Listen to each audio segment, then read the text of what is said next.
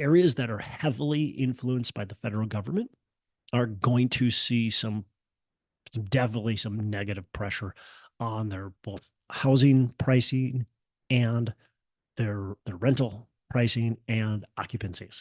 So I think if you are in those areas with heavy concentration of federal government, that's something to be aware of. Hello and welcome to Pillars of Wealth Creation, where we talk about creating financial success with a special focus on business and real estate.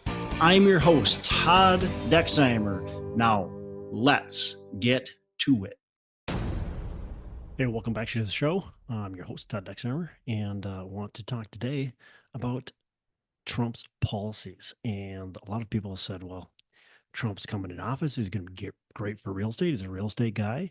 And now people are stepping back and going, maybe not so fast. What's going to happen here? So I think you got to look at the big picture. What's it going to do for real estate? First of all, in my opinion, the big picture is that real estate values will go up long term. And so if you're playing the long term game, you got nothing to worry about. If you're playing the short term game, then yeah, certainly you've got more to worry about. And you can't control the so-called black swan events or the events that might happen in the short term that could play a big factor in your property's performance immediately, which then could ultimately affect the outcome. So if you're playing the short-term game, if you've got short-term debt, if you're looking at things through the lens of what's going to happen in the next 1 to 3 years, 4 years, yeah, these things are potentially big and could negatively affect your properties or positively.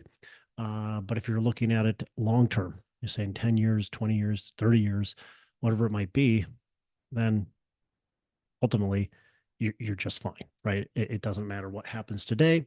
Certainly, we want things to go up all the time when we own them, but it doesn't matter as much today what happens. I was just at a property tour today, and it was a building built in 1971, and it was built. The current seller, is the original builder, 1971. That company is still around. They're actually still developing today. The dad is passing it down to heirs, but this partner, this was one of their first buildings. I think it was their first building um, that they built, and this was a partnership, and one of the partners passed away, and that's the reason that they're selling, is that partner passed away, so they're getting out of their portfolio. Plus, it doesn't really fit the rest of their portfolio, anyways. But my point is, 1971, they didn't care about the little things that happened along the way. They care about the big things that happened along the way. Now, were they pumped when the GFC hit? No, they weren't super excited. Now, they owned it in 1971. Were they excited when the crash happened in the late 80s?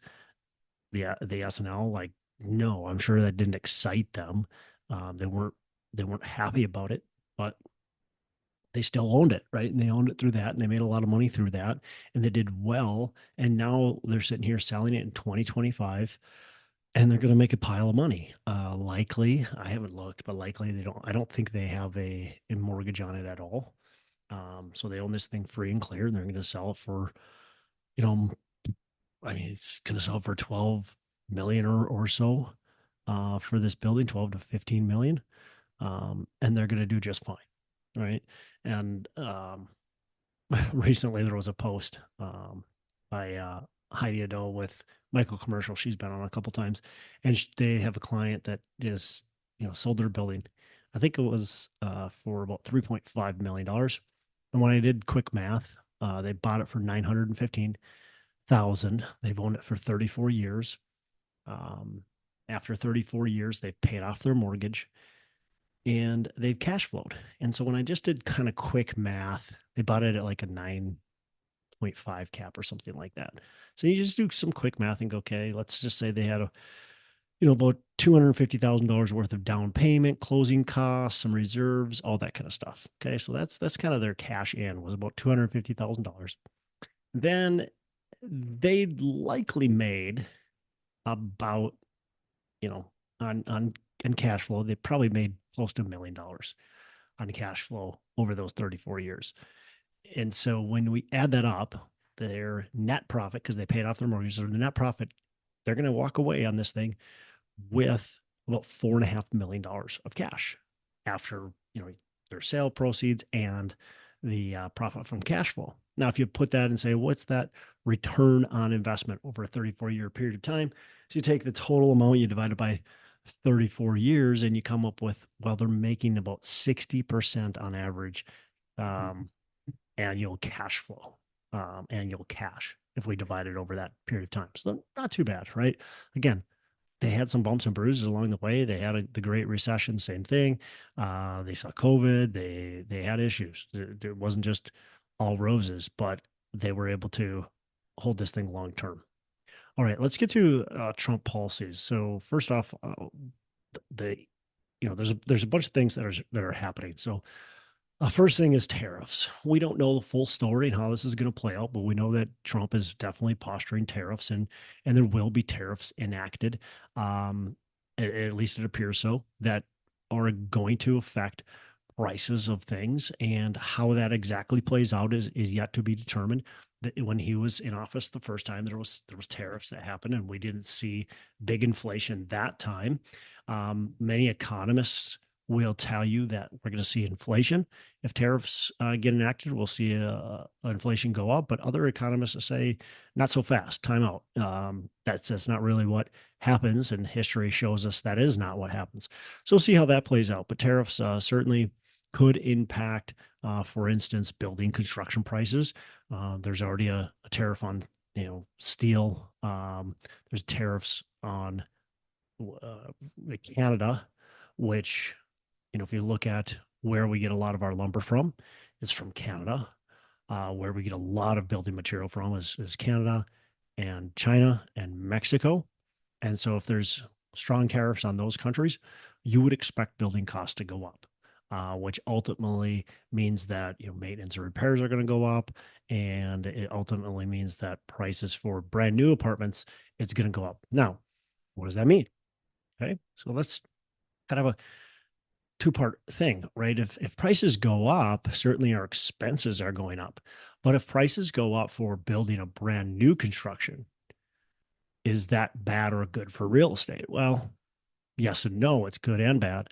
It means that there's less buildings that'll be built because it's more expensive to build, which means that if you're buying an existing building or you currently own something, or you're looking to buy existing, that there's less competition, meaning rents are going to go up and occupancy is going to go up. So the less building there is, the more rents go up. That's just how it works, right? And occupancy is affected positively by that, and rents are affected positively by that.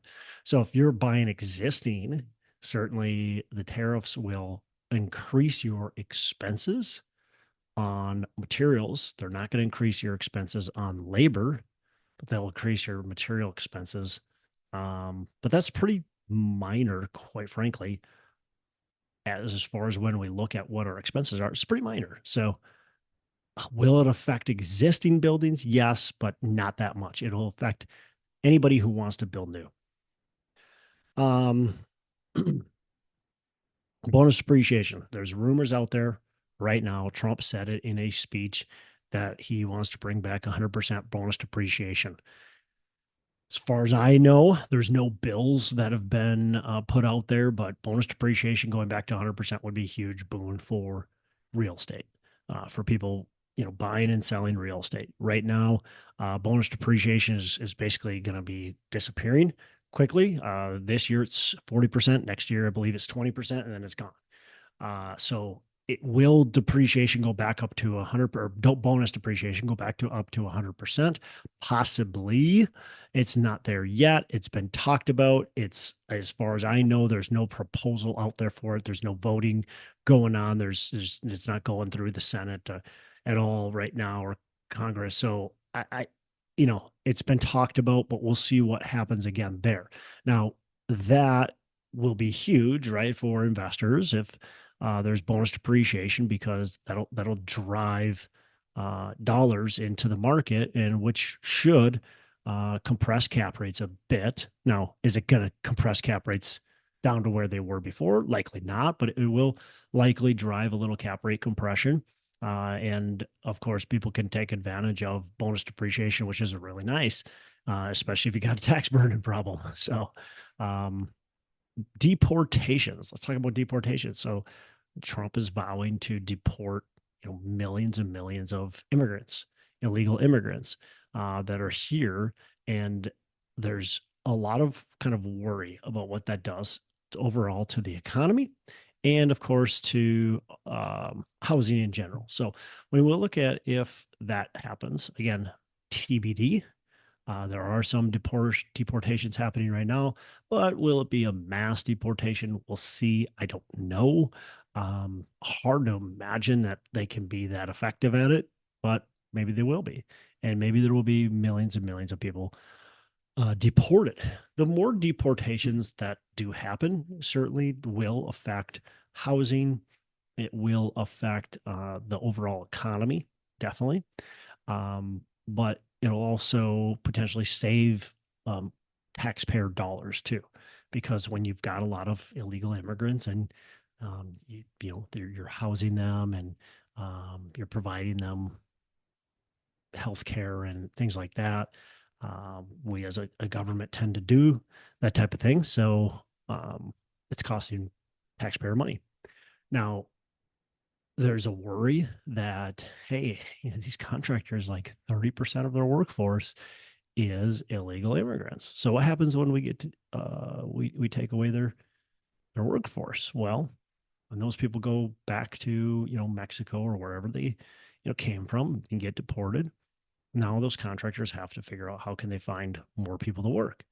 And likely the wages will go up because they're going to have to attract good labor, which means if their labor goes up, especially if tariffs take into effect, now we got materials and labor up, which again means housing prices, brand new construction will cost more. And the more brand new construction costs, the less we're going to be able to build. Again, putting pressure on housing, but making the existing housing cost more. Now, people say, well, geez, if you get rid of all these people, then where, we got all these, we got over 1 million vacant apartment units. Well, that's true and not true because a lot of illegal immigrants aren't your traditional renters. As far as we know, we don't have any illegal immigrants in our apartments. And as far as I know, I've never had any. And so I think a lot of times what you see is they're living with family, with friends. They're finding other places to live. Of course, you see on the news them living in, the hotels and things like that the government's putting them up into. So I think it certainly will have an impact on housing. Yeah, for sure.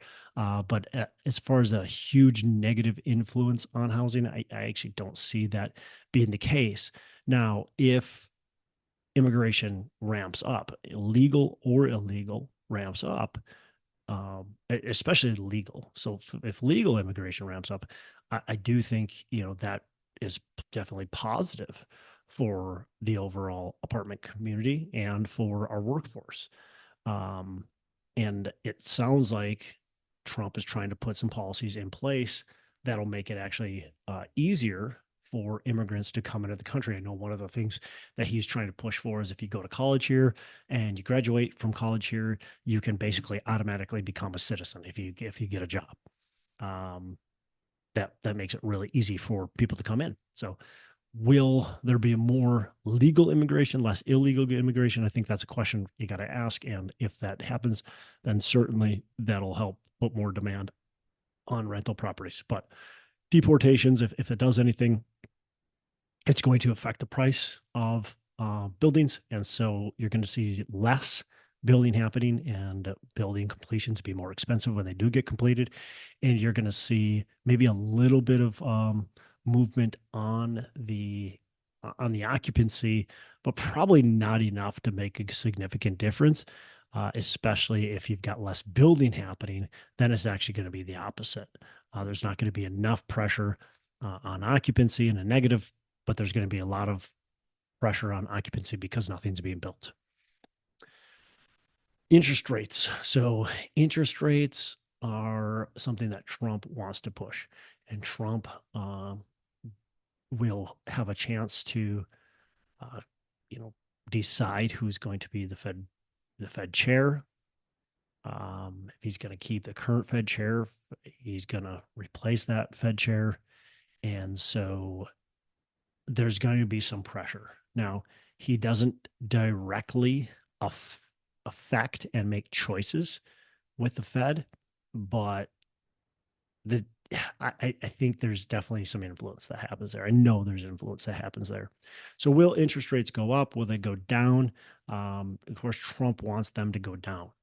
Now, if inflation happens because of tariffs and deportation and whatever other reasons, if inflation goes up, then it's going to be really tough for interest rates to go down and the Fed to lower them. And even if the Fed does decide to lower them, um, will the markets respond in such, or will the markets basically buck the Fed like they've been doing now over the last 6 months, right? So the Fed has dropped the Fed fund rate several times now, a couple times here, and yet the Treasury, the 10-year Treasury, the 5-year Treasury has actually gone up pretty dramatically. So will that just completely not do anything, even if the Fed drops the Fed fund rate by 75 basis points, 100 basis points?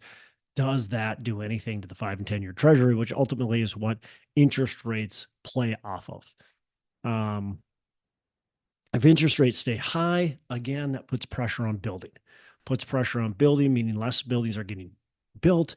And same thing, we're going to see increased occupancy. We're going to see increased rents, which feeds inflation. And what does that mean? Well, we're going to have to keep interest rates high. So this is kind of this balancing act, that we have to look at is like, hey, if we and by the way, like when we look at inflation, a third of inflation is housing.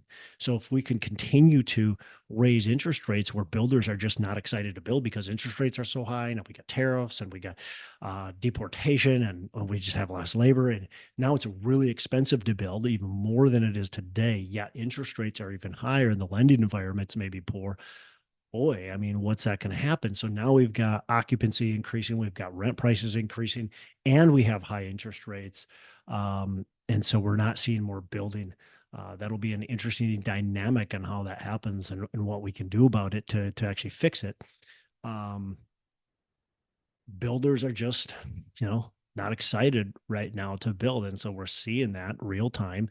A lot of the stuff that's being delivered today is from low interest rate era environment. And those are done being built essentially in 2025. Like all those low interest rate deals are were completed either in 2023, 2024, or they will be completed in 2025. As we get through the kind of the second half of 2025 and into 2026, most of those buildings are in a much higher interest rate environment, and so we're seeing a ton less. So what happens with interest rates? Can we have inflation and lowering interest rates? We'll see what happens there. I'm not so sure those two will play together really, really well, but it, yeah, it'll be interesting. Um, the other thing I think is going to be interesting is this back to the office push. It's not directly Trump, but Trump is certainly wants people to go back to the office, and a lot of companies are wanting to push people back to the office. And so this back to the office push is going to be interesting to see how that affects housing, and does that bring people back to kind of the urban cores?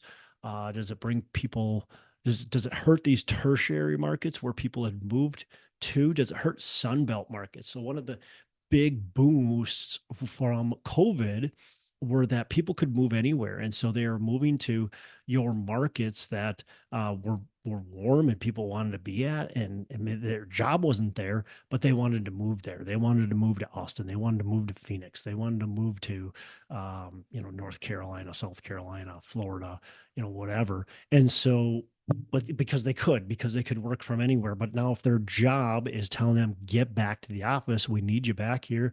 We need you back here 3 days a week, 4 days a week, 5 days a week.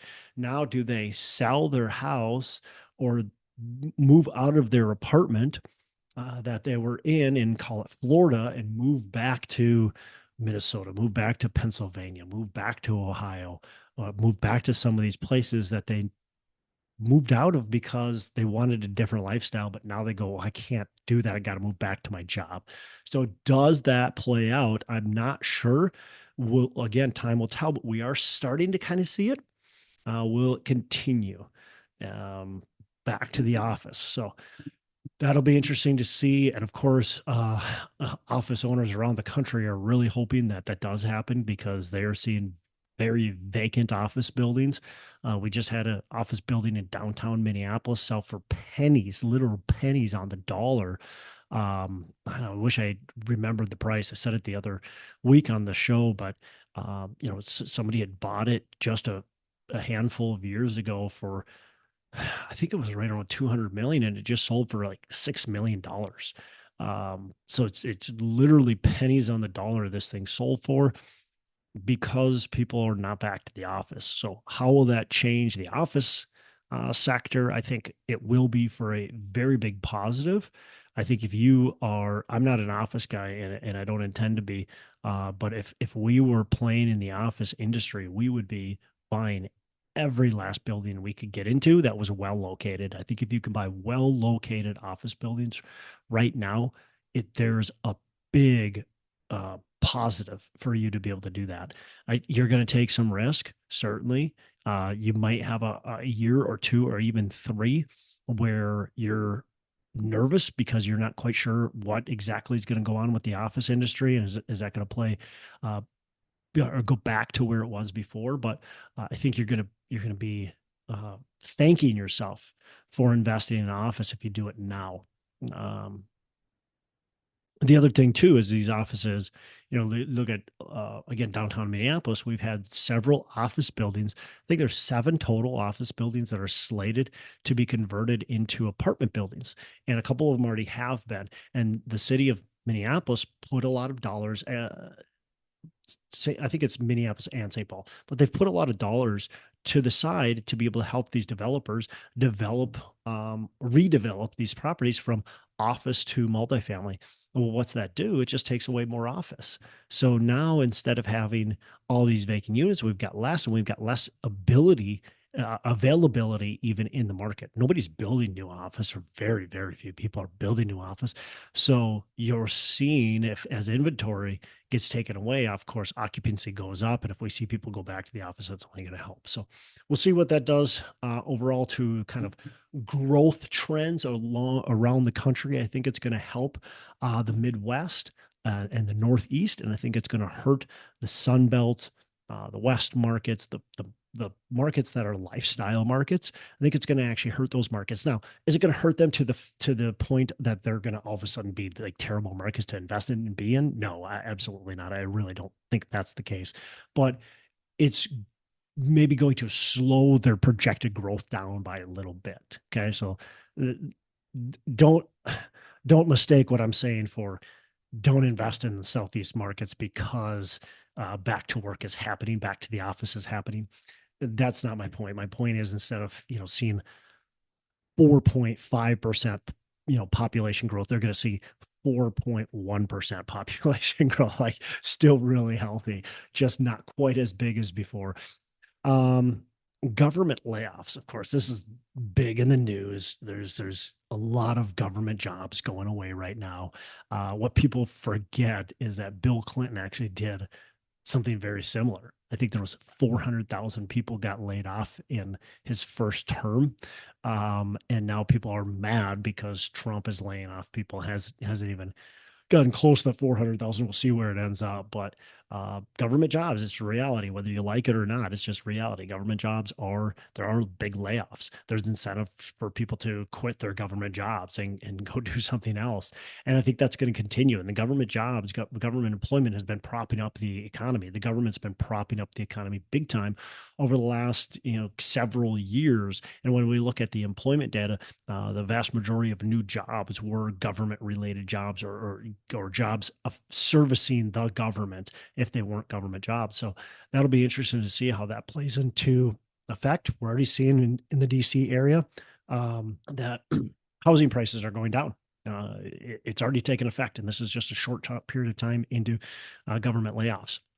So DC, I think so. I think if you are in those areas with heavy concentration of federal government, that's something to be aware of. I think it's also something to be aware of that those might be markets that are considerable markets for you to buy in the future. So maybe not today, but as those markets get kind of beat up, if government layoffs continue and put some big time negative pressure on those markets, as we get longer into Trump's tenure, those markets, in my opinion, become pretty attractive because it seems as if even if we do a good job or bad job, depending on what your view is, but if we cut government and cut government jobs, that they will come back eventually. They just will grow back. It's just how it works. And so if you invest in those markets and you can invest at the bottom or near the bottom when prices are really low, you can still cash flow well, do all that kind of stuff. I think those jobs eventually come back. Might take a long time. Again, if you're in for the long term, you'll be fine. It might take a long time, but those could affect, kind of the overall housing market. It's going to affect specific markets more than others. If you're in a city that has very little government jobs, it's probably not going to see much of effect in your city. Maybe a little bit, but it's not gonna hurt it. The last one is Fannie and Freddie, Fannie Mae, Freddie Mac. They are government backed right now. They used to be privatized. Are they going to be privatized again? That's the question. And there's a big push for that to happen. So if Fannie and Freddie become privatized, what does that actually mean for housing? So there's several things as I kind of look at this and analyze it and have read things about it from the experts, the pundits. Um, it means likely a chance for higher rates. So government's not backing these entities anymore. They're private, likely higher rates, higher interest rates. Potentially some stricter lending as well. Government backed, they've got less risk. The government's going to bail them out. If they're not government backed, now that risk is on their shoulders. So they're going to potentially have stricter guidelines. Now, that might not play out because if you've got higher rates and stricter guidelines, that means people are going to start going elsewhere and now they're going to lose a ton of business. So maybe those two can't play out together. Maybe it means it's going to be stricter, but the rates will stay the same, or maybe it's going to be higher rates, but not quite as strict. I don't think those two play nice together. And so I think it'll be tough. The fact though is they're probably going to have a little bit less liquidity. So, maybe those things can come together. I just don't think I think there's going to be too much competition if the rates climb too high and there's too much strictness going on. I think people go to different sources and, you got CMBS and there's too many other options for them to get too high of rates and too strict, but less liquidity likely. But the other thing that I think can happen because you don't have government control and oversight is we can have some new kind of creative and innovative opportunities, things that can take place that maybe have never taken place before because of too many restrictions and red tape and just too hard to move a bureaucracy, right? So potentially some cool new lending products will come to the market and kind of neat opportunities will come to the market and be options for investors, and maybe you can get a Fannie Mae and Freddie Mac a renovation loan, and there just might be more options available for investors if it becomes privatized, not so much of a black and white box like we kind of have right now. All right. So, anyways, look, this is mid-February. I'm recording this. This is February 20th. I'm recording this. Will come out next week. So it'll be end of February. Trump's only been in office for a month. There's a lot that's happened and a lot of things that are kind of in motion, but we haven't seen the results. So how is it going to play out? It'll be really interesting to how this plays out, how it affects real estate. Again, he's a real estate guy, but it doesn't mean that everything he does is going to be beneficial for the real estate industry. And so just when you're buying, when you're looking at deals, um, all the same fundamentals still have to be there, right? Cash flow, fixed rate, long term, good locations, all those things. If those things are still in play, you'll do just fine. If you got to flip your property and be in and out, it's just higher risk. And it always is. It's always been that way. So understand what kind of deals you're getting into, whether it's high risk, low risk. If you're a passive investor, understand the type of deal you're investing in. Look, if it's built for a long-term model for success for a long term, and by the way, it doesn't matter if it sells in 3 years. If it's built on a model that can succeed in the long term, it's to me a good investment. If it's built on a model that can only succeed in the short term, in my opinion, it's a very risky opportunity, and I don't know, probably not worth doing. All right, that's all I got for today. You have a fantastic rest of the day. Make every day a Saturday. Hey, thanks so much for listening. I appreciate you being a loyal listener. Say, I would love to have you go on to our Facebook page and subscribe. Give us a thumbs up. Go on to iTunes or wherever you listen and give us a rating and review. Don't forget to subscribe. Your rating and review just helps us push this out to more and more people and continue to grow our audience and hopefully positively affect a ton of people out there that really need this and want this. So the other thing I've got for you is a free ebook on my website. So go on to venturedproperties.com, venturedproperties.com, and download our free ebook on real estate and on syndication. And I've got some data points in there, some really good stuff for you. So I'd love to have you take a look at that. It's free. I'm not expecting anything from it. And also, look, if you want some help in multifamily, want some help learning, growing, getting your business off the ground, I would love to talk to you about what it would look like to work with me potentially and see if that's a good fit. So you can go to coachwithdex.com and check that out, and we can definitely have a call. Thanks a lot for listening. You make it a fantastic rest of the day. I'll catch you on the next episode.